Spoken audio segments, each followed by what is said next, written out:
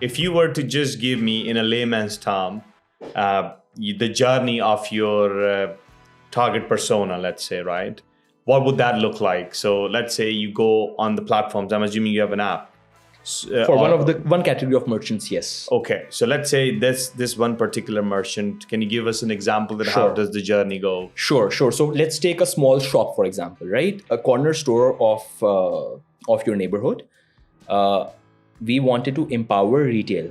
And just to give you some context, there are over 2 million retail touchpoints in Pakistan, the shops.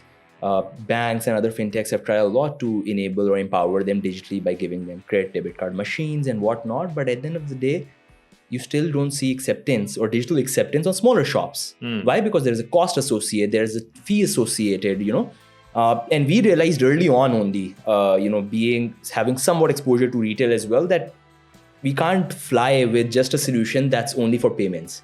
So what we did was we did some due diligence. We actually went to the retailers, we spoke to them, and we tried to create a platform first that gave utility to the retailers. What do I mean by utility? If the retailer is making, let's say, $100 today, we gave him a platform that the same $100 can become $120 in a way, so that he finds utility within the platform first. That was step number one.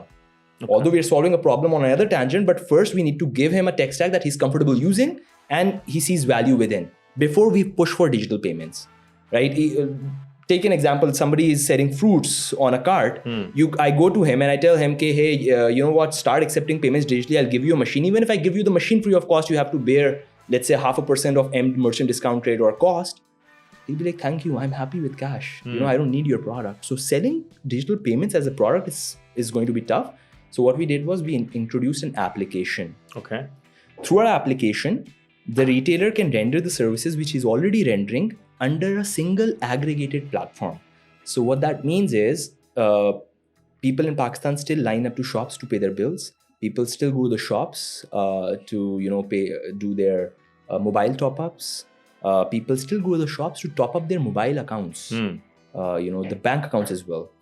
So what we did was we were the first ones who actually came with a solution whereby the retailer can actually render all those services using a single solution. So it's like we became the Uber for all the banks, all the billing companies, all the telco companies under single umbrella for the retailer. And the retailer found utility within our product. And that gave us super nice traction initially when we launched our services back in March of 2023.